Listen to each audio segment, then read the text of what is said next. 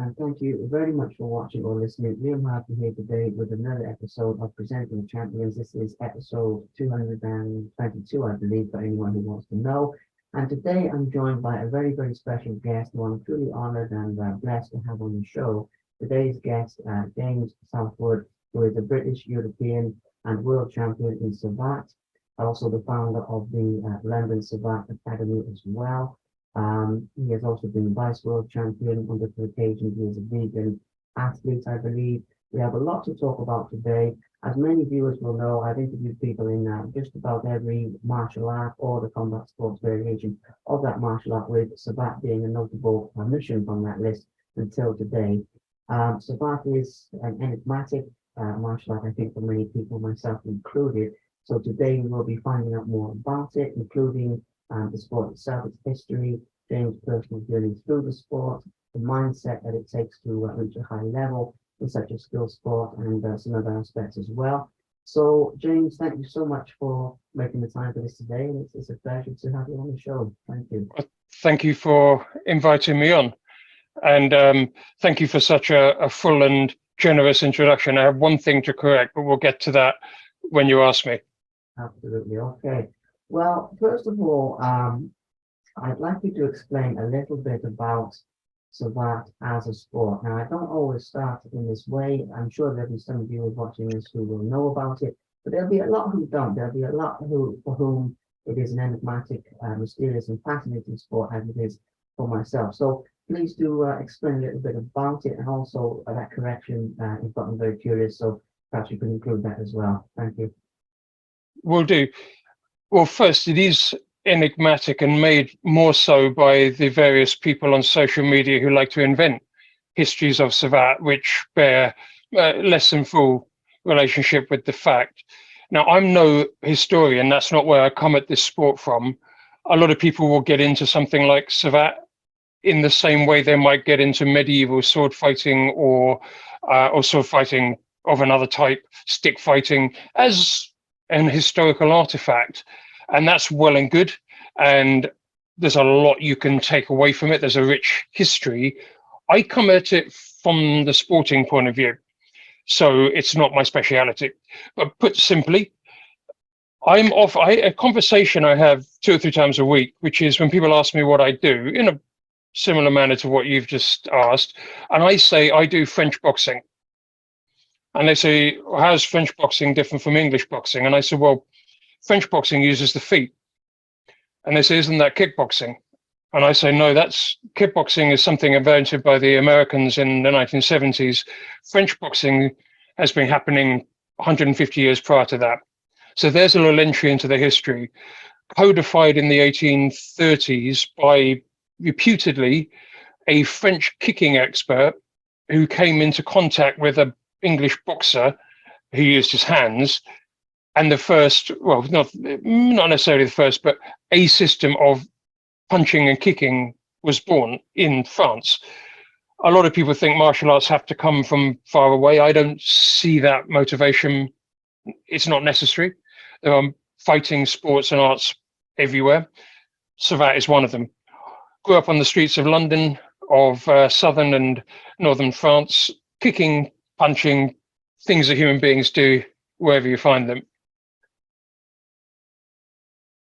Okay, so that's an excellent insight. Now, what are the things on a technical level? Because as I mentioned to you at the beginning, I'm just starting here to give people some context, to give people some basis for where we go from here, and then we will sort of hone in on your life more personally. But the aspect of wearing shoes while competing is one of the main differences, as I understand it, from a lot of other martial arts, but specifically a lot of other styles of kickboxing. So can you explain how that alters the method of kicking, how that alters some of the technical aspects? I think people would be fascinated by that, please. Sure. Well, Savate, in fact, means a type or a style of shoe. If you speak to a French person, they will have vaguely, and they hadn't done Savate, they will have vaguely heard of this word coming from history. And in fact, if you recall, it's a while ago now, the time an Iraqi journalist threw his shoes at George W. Bush at a press conference. Yeah. The French media reported it as a coup de Savate because he threw a shoe at him. And that leads into your question. How does that differ when you're attacking with the shoe? All of our kicks have to connect with the shoe. So in the same way that a sword fighter will learn how to use each side or part of the blade and how the weapon is wielded, we use the shoe in that way. You can use the heel for some kicks, the blade or the toe for others. It makes it simultaneously more accurate. I did Thai boxing for years in a Thai boxing gym, and you end up having to hit with a bigger weapon to necessarily a bigger target, say the whole of the side of the body or the side of the leg. I haven't got a shoe with me. I often like to do that in an interview or explaining this, but if you have a shoe, the point of that shoe gets around a guard, under an elbow, between the elbows, much more accurately than if you're using the whole shin or the whole forearm or some other part of your body as a weapon. So accuracy becomes one of the virtues of Savate. I've heard it said, an early teacher of mine said that Thai boxing is like attacking someone with a baseball bat. Very effective, very powerful. But Savate is like attacking someone with an ice pick. You see the difference in the type of weapon. It changes, for those of your viewers who've done kicking sport, it changes somewhat the weighting of your kicks. And there's a two-piece mechanism to Savate kicks. There's a chamber and an execution. Dun, dun, dun, dun. There's a rhythm to it, which to an expert who's done one or other system, you'll notice that because you're wearing something that slows your foot down just a touch. It's more accurate. It has a different rhythm. It also has a different reach. And this is somewhere else where Savate has a forte. Because one is required not to use the knee or the shin, and believe me, when you get Thai boxers, kickboxers along, it takes a long time to train this out of them, as well it might, they have habits. Because you can only use your shoe, you have to anticipate what is going to happen all the more. Because you need to know where your opponent's going to be in a moment's time in order to hit with the shoe and not with your shin. If in Savate you hit with your shin, no referee will have a word. And if you do it too often, you'll lose a point. And if you lose a point, you might lose a fight. So learning the weighting, the timing, and the rhythm of the shoe is a very important part of Savate. In fact, it's almost its definition, the way of the shoe, if you will. Fantastic description. I knew that would be a good description given your depth and wealth of experience, but a lovely description. Thank you for clarifying that, as I mentioned, for anyone who may not be in the know. Absolutely fascinating. So let's get into your life more, sort of more up close and personal, into your experiences with the sport of Savate. And I think a good place to start with that is the beginning in terms of what attracted you to it. Now, you mentioned that you previously trained in Thai boxing, maybe other styles as well. Where did you first come across Savate, and how did you first begin your journey into the sport, please? Okay. I started, I was about 19 or 20 years old at university, sometime last century. And I went along to the university kickboxing club. It turned out to be a Savate club. I was motivated by the first class. There was a French person there, and I wanted to go back and punch him in the face again. And then I wanted to go back the following week and the following week.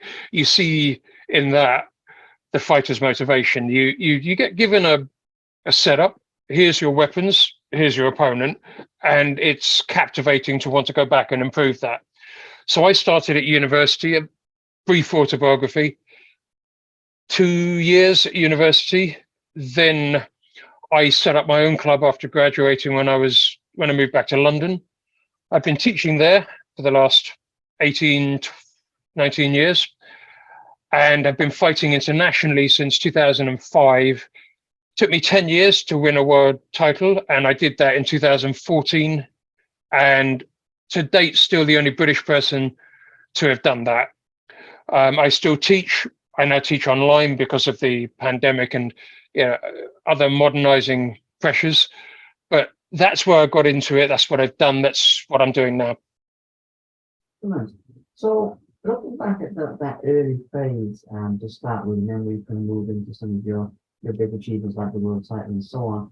With that early phase, you wanted to go back, you wanted to challenge yourself and test yourself. What was the time period where you began to realize, well, actually, I'm good at this, and maybe I can take this a long way, and it sort of transitioned from maybe more of a hobby or an interest into something that you realize you could be very, very good at. Let's just go a little bit deeper into that early phase, if that's all right, please.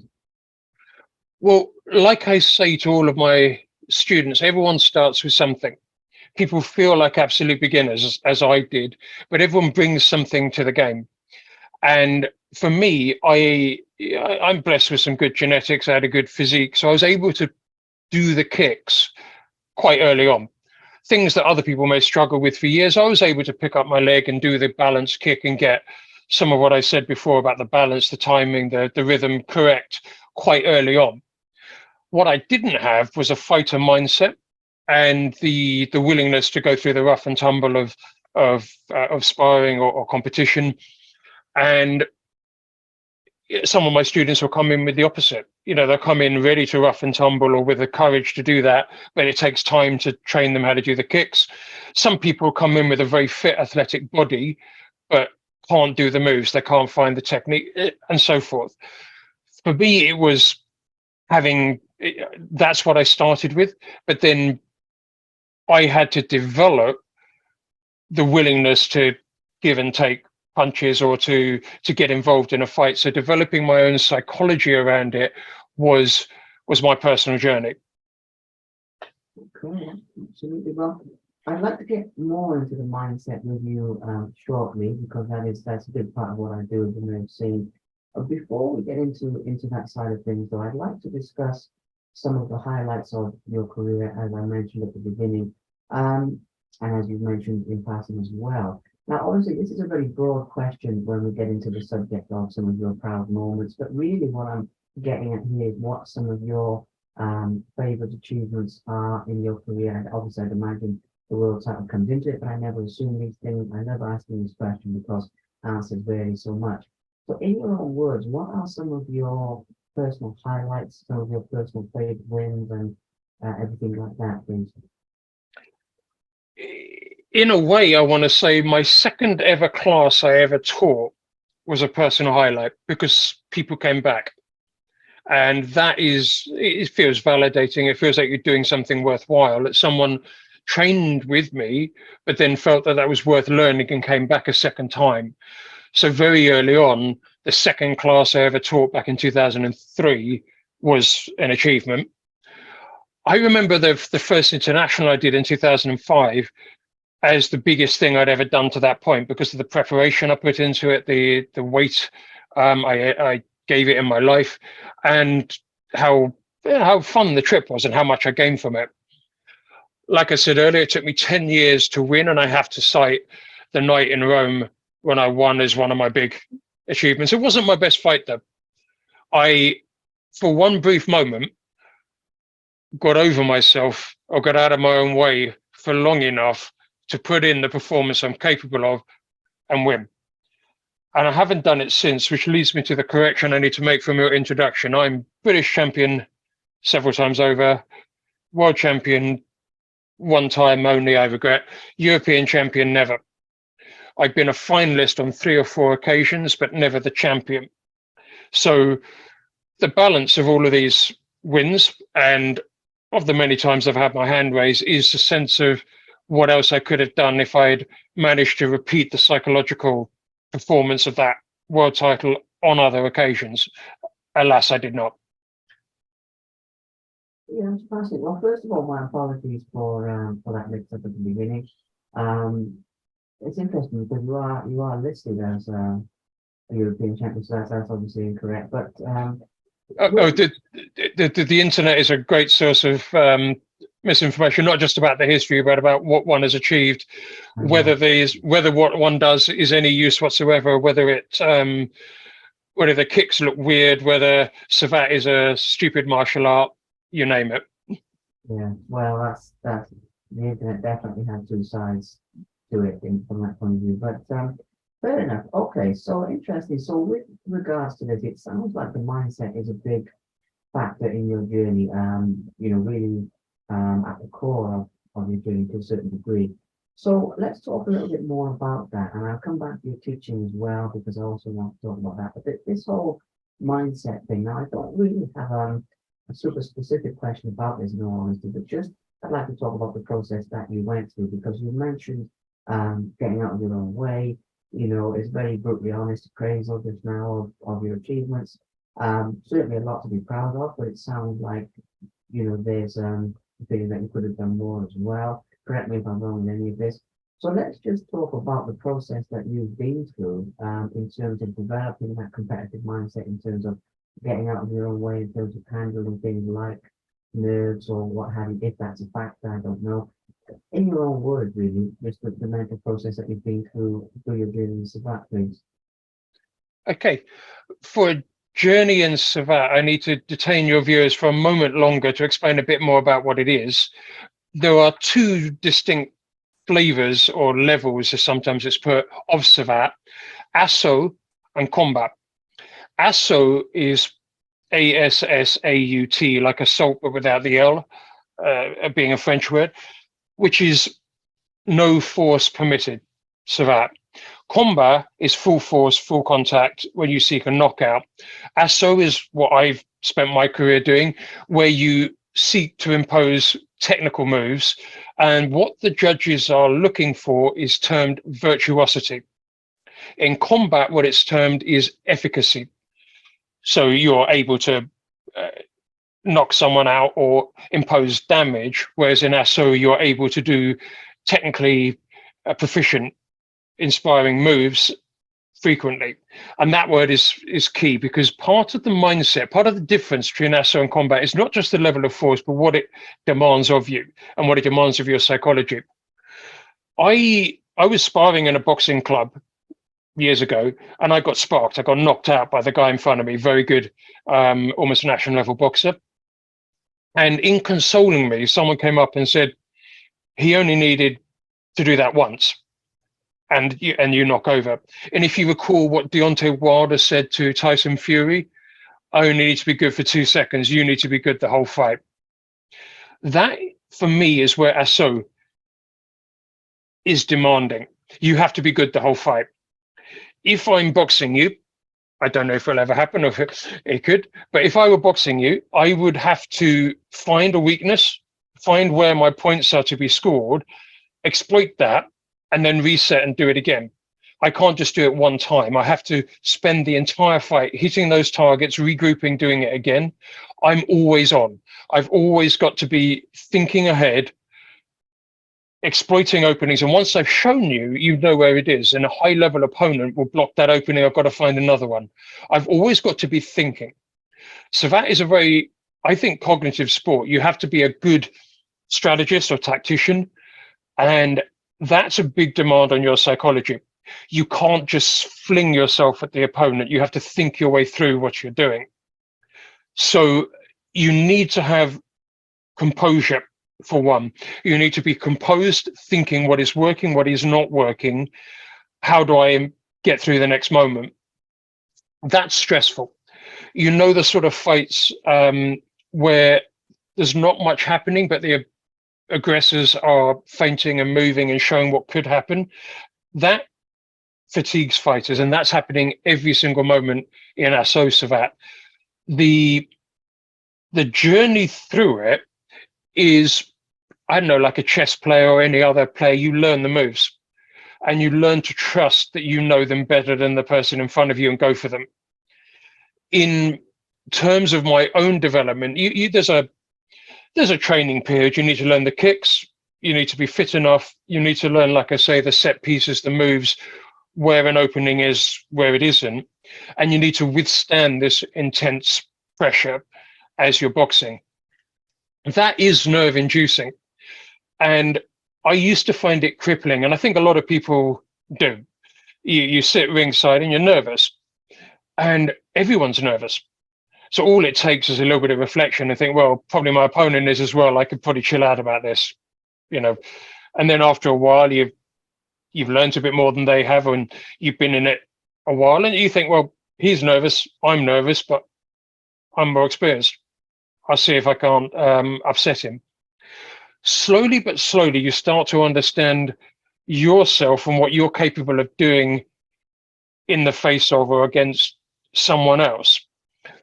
If you can then navigate the various obstacles, like I said, getting out of my own way, you have a few obstacles as a fighter. Every fighter has them.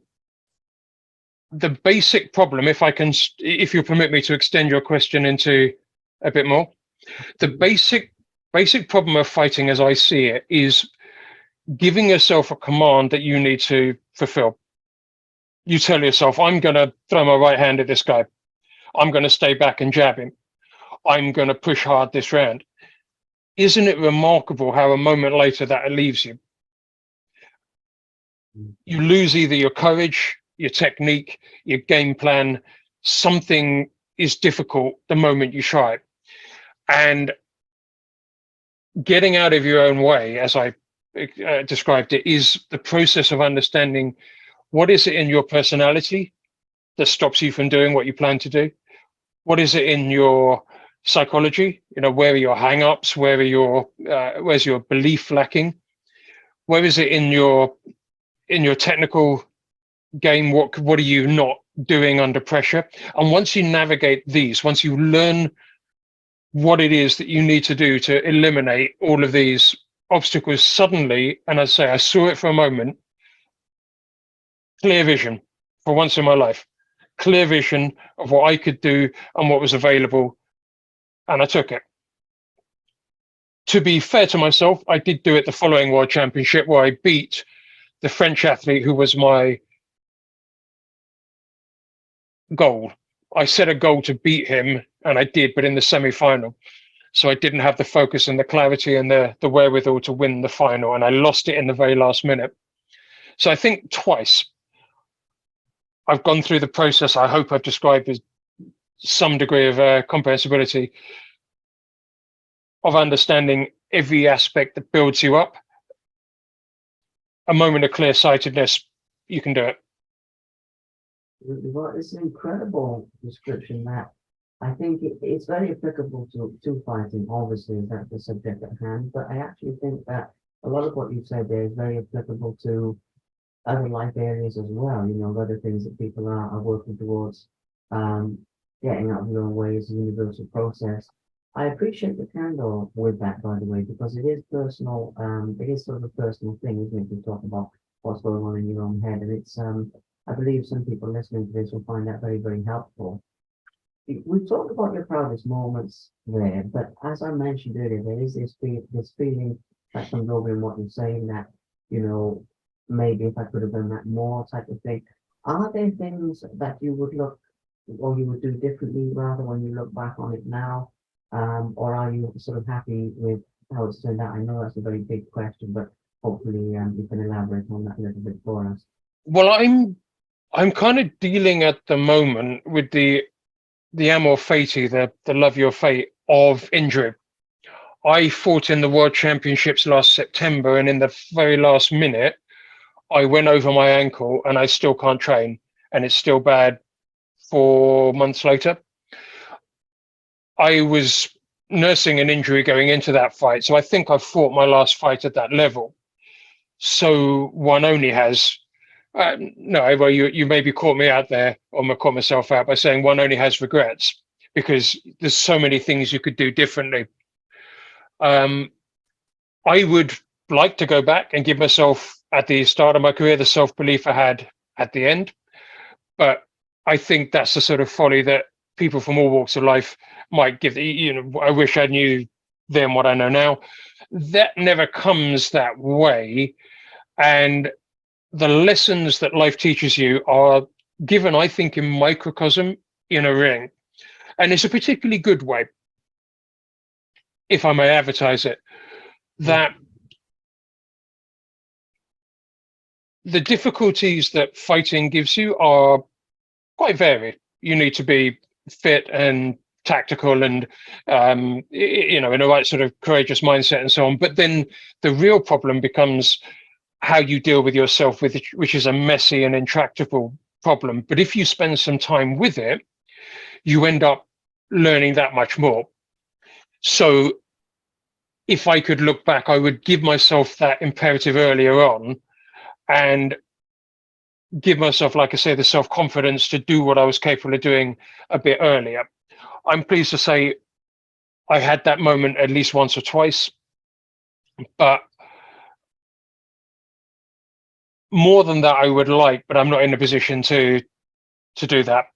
So the current battle out of the ring is with coming to terms with everything that happened across 20 years as it happened and loving it for exactly what it is and no more.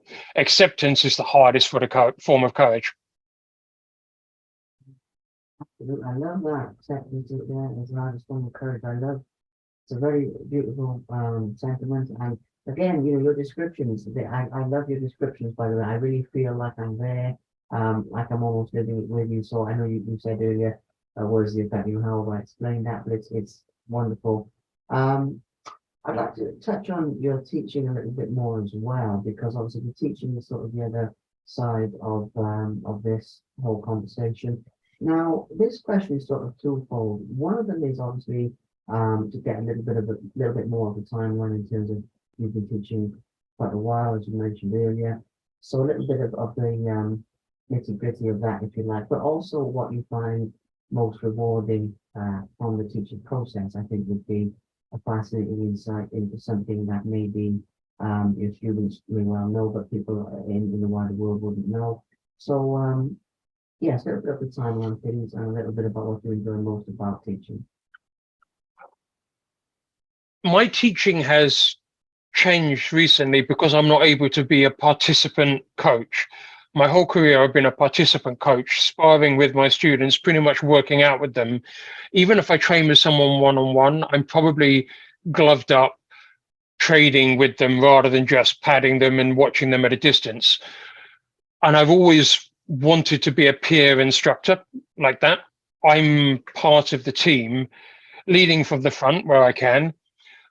The most rewarding aspect of that teaching is when you take a team to an event and there's a good 7 or 8 of us, you're part of a team, you've trained together, and here we are seeing what we make of it. And all of what I explained in my previous answer about noticing your own hang-ups and seeing what you're capable of, watching other people do that is the most rewarding thing. You're never so exposed as when you're in a boxing ring or an arena or a cage or whatever it is. There's something about a fight event that strips away everyone's armor and you see what they're really made of, all of their weaknesses, where their self-esteem comes from, how they conduct themselves. So to watch a student that I've been training cope with that and express themselves properly is the most rewarding thing. I get accused of being too competitive. I mean, it's a competitive sport, so I think I'm only doing it its due service. But what I mean by putting so much emphasis on competition is because that's where I see the results in progress. I see someone who's maybe been timid in class or has been building slowly their inner reserve or the things they've been practicing, and they put it into practice, and for a moment, they're a hero. And in that moment of heroism, I find the value of having brought people along for this journey. But that is a beautiful insight into a journey of teaching. So thank you very much. As well as that, obviously, with a more technical aspect of Savate, and with going back to what I said at the beginning about it being mysterious for a lot of people, was it difficult for you to teach the sport in the UK, to grow and contribute to the sport in the UK, which I really feel you have done, by the way, and contributed to a lot of people's lives in the process, wherever they take the sport, that doesn't matter so much. But talking about that in terms of, obviously, this is still a positive question in the sense that you've succeeded, you've been teaching for a lot of years, you have made that contribution to the sport and to many individuals. But with that being said, was it Was it a push? Have you seen the awareness of the sport grow during your time involved in it? Again, it's not a super specific question, but just the broad strokes of that process, really. Well, I can speak best from personal experience, and I think it's several thousand students now that have come to my club, London Savate, who never would have done it before. And I've worked in offices for a lot of years. I'd be I'd be blown if I could remember any aspect of the personality of some of the people I used to share an office with. There are people who come into your lives and you can forget them with regret. But the people you share martial arts training with, you remember.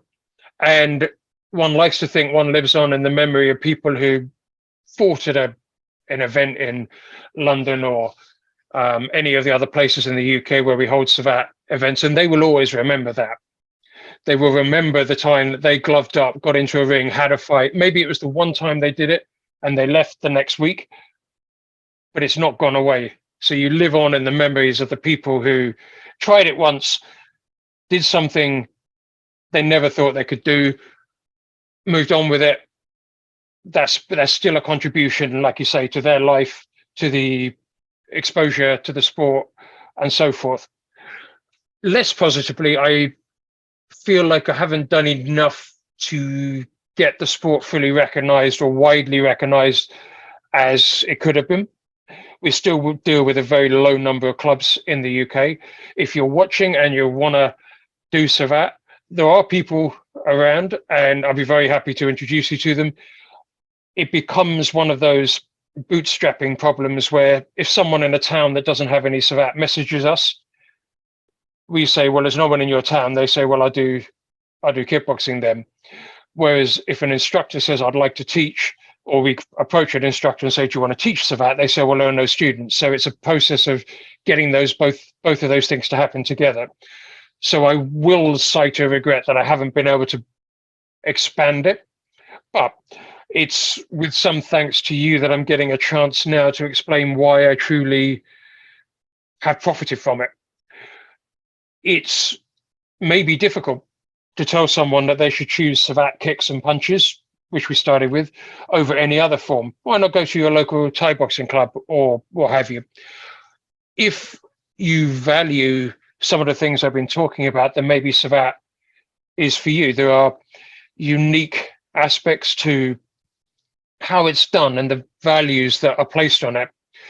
When I've spoken to people from other arts, they say, wow, when I come to a Savate tournament, the politeness, the decorum with which people behave, and the friendly way in which they speak to one another is remarkable. You don't get that in my sport, they will say. And I've been mainly to ASO events where we're not trying to hurt each other. And I think that's useful. I think it's useful, I would say even more civilized, to attend a sporting event where the outcome is not damage. The outcome is sporting participation.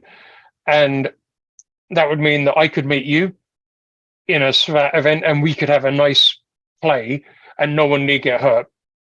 I quite like that. And it means that in Savate ASO, people of a high level get to mix with people from a low level in training and competition in other ways. And you can hurt your pride, but if it's done properly, you shouldn't hurt your body. And I speak as someone with an injury from my last fight. Absolutely. I love that. I love how that branched out as well into, as you mentioned, the respect of the sport and so many other things. There's quite a few topics rolled into one there. So thank you again for being such an open book so far during this process. As we approach the sort of the last phase of this, actually, I don't know how long we've been talking, but it's gone by. As we approach the latter phase of this and move into the last couple of things, something that I haven't touched on yet that isn't really time specific, well, it might be actually, but with that in mind, there's another element of your life. It is obviously, as I understand it, you're a vegan athlete as well. Now, correct me in a moment if it's vegan or vegetarian, or I believe it's vegan.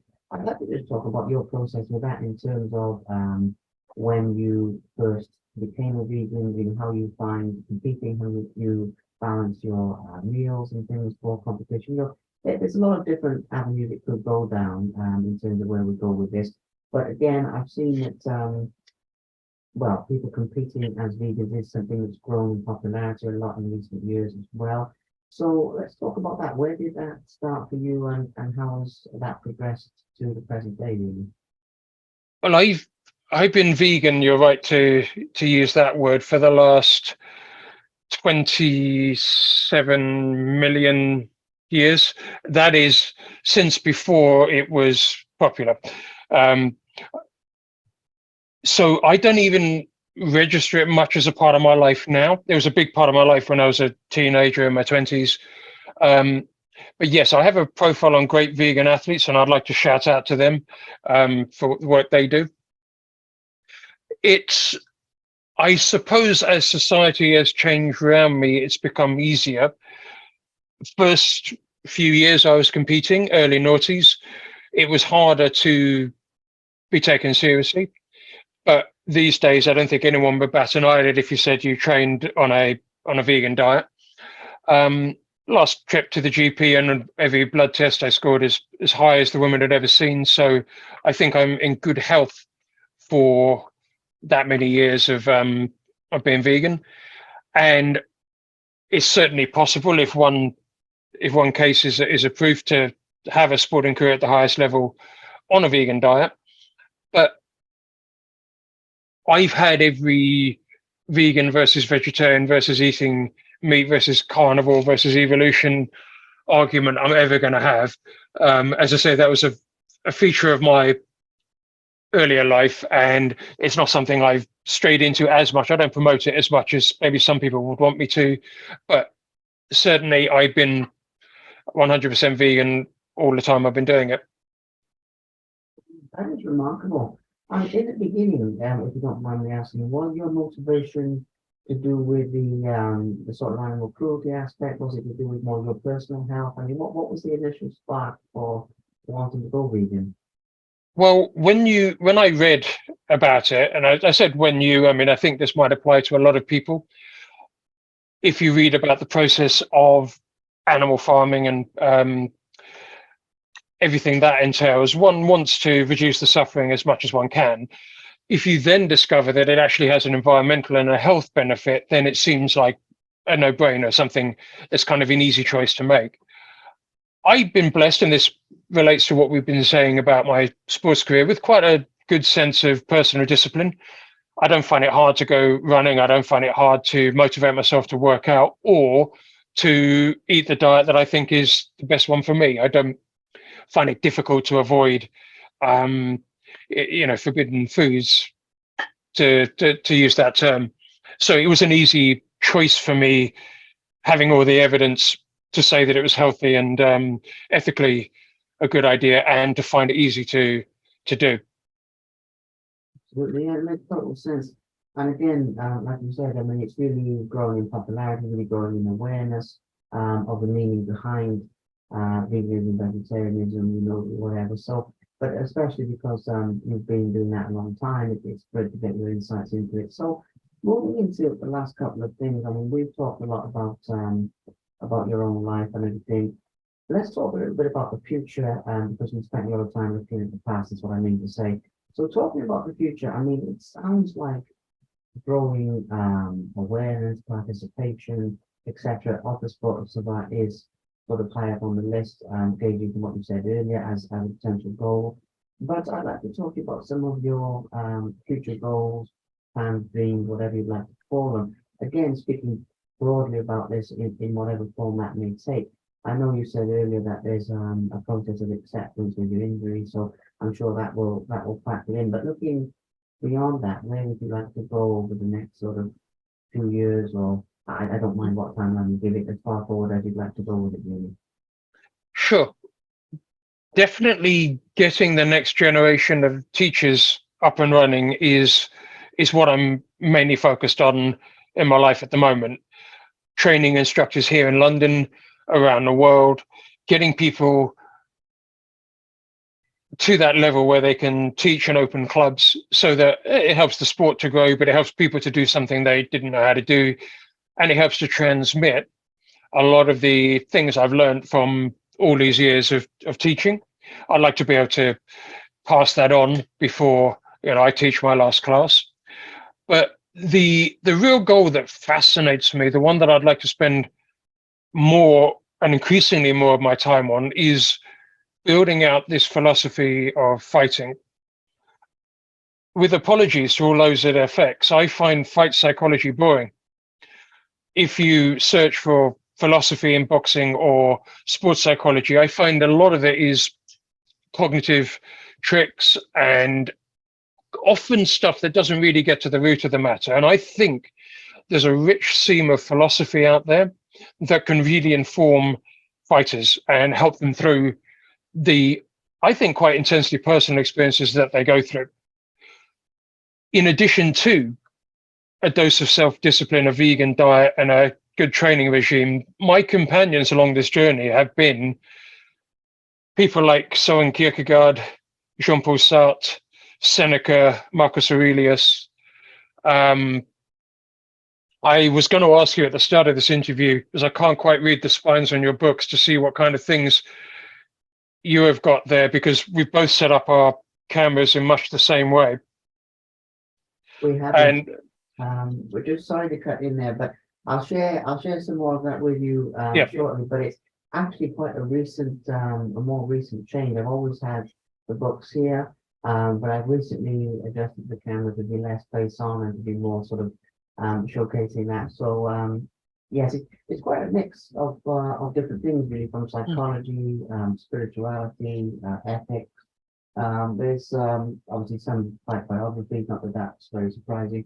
But it is quite a mix of different things. But I'll certainly share some with you later on. Absolutely. Well, vice versa, hopefully. Yeah, perhaps it's bad form to ask the interviewer questions, but the point to answer the question you asked me was, where am I going with this? What are my ambitions? And definitely a synthesis of the types of philosophy that have helped me. And I don't think I'm going to be able to do the trick of drawing the exact book I'm thinking of off the shelf. Yeah. I was reading this book a lot during the time 2014 when I won the World Championship. There's a lot in there, and all the works that he cites that I think have huge relevance to fighters and to fight sport. I've got more interested recently in Stoic philosophy and boxing, with the only note of shame is that is far too trendy. It is far too vogue to be into Stoicism. There are far too many Stoic bros out there, but the kernel of the philosophy is a good one to take into your boxing, and I would hope to use what I've learned from reading the Stoics as well as the existentialists in my next projects. That's where I'm at in terms of where I want to take what I've learned over a few hundred fights, 20-something years, and 16 international championships this far. Remarkable. Well, I can certainly see that taking the form of a book of your own, of perhaps speaking and lecturing on it and blogging. Speaking of which, I'm going to correct in saying, and you will have to elaborate on this for me, that you already do some type of blogging or writing, because when I was researching this, I have seen bits and pieces of it. Can you share with us a little bit more about that as well? It's something perhaps we should have touched on earlier, but let's touch on it now nonetheless. Okay, well, if you search for me online, you'll find vegan links, because that was my early career.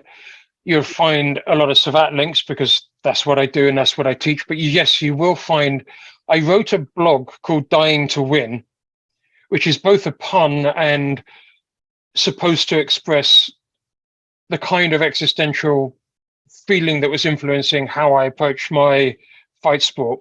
So I have blogged on that before. I try to resist putting my YouTube audience through my philosophy at the moment, because I think what they want to hear from me is, how do I do a fouetté or a chassé, these being the names of two Savate kicks or how do I win a Savate fight. That's what I mainly blog and vlog about.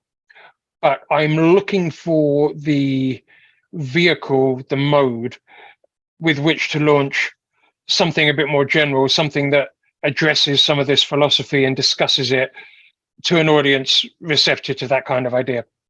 So I've done it a bit in the past. I want to do more of it in future.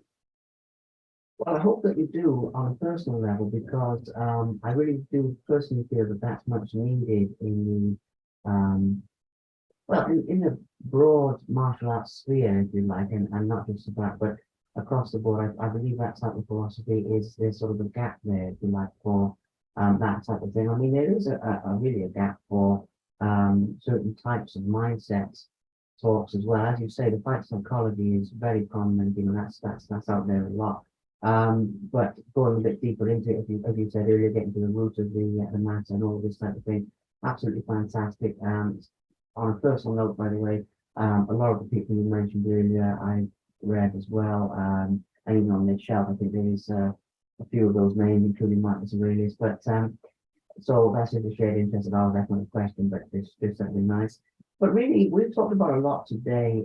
So I really think that pretty much the last question of this evening will just be where people can find you to know more about what you do going forward from here. They've had a taste of it today, but obviously if they want to come and train with you, if they want to find out more about Savate, as you mentioned that there's a YouTube channel there. So you're quite an accessible individual. People want to know questions about the sport, etc. Any form that comes in, you're welcome to plug the hell out of it and share anything you'd like to share about where people can track you down, really. Well, you saw me gearing up to that. That's always what everyone wants to hear. If you search London Savate, that's the moniker under which I've been YouTubing, and it's also the domain name of my website, londonsavate.co.uk. I have a YouTube channel, but I also have a private video library of all of my lessons, which I started during the pandemic. So if you want to find me and learn with me, you've got two choices. You look me up in London and come and train with me. We do weeknight evenings. Or if you're based further afield, I've got hundreds of hours of videos of me individually talking to camera, taking you through all of the moves, understanding where I come at the sport from. And I've got people learning as far away as Australia, United States, South Africa. So either one of those ways, whether you're near or far, you can learn Savate with me. Be on the lookout. Probably under my actual name would be Fight Philosophy, all the things we discussed in the later part of this interview coming up.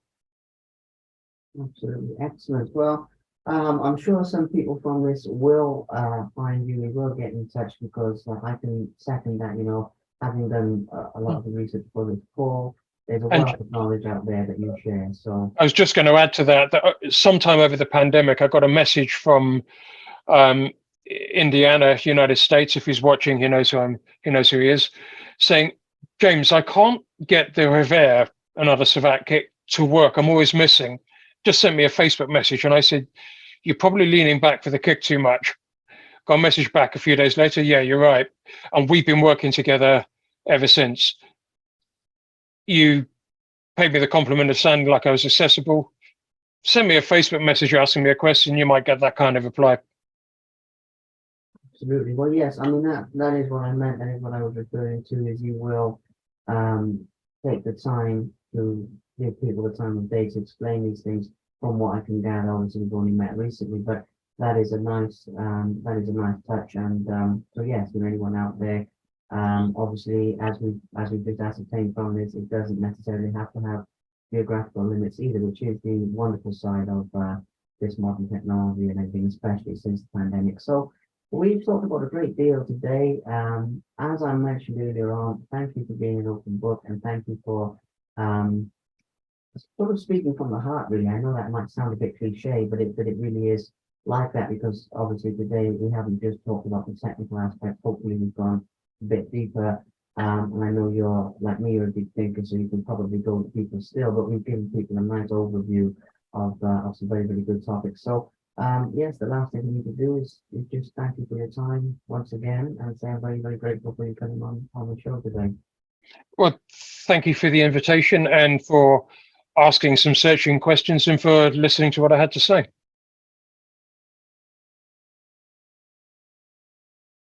Thank you very much for watching. Please subscribe to the Simply Inspired YouTube channel, and there'll be more videos coming soon.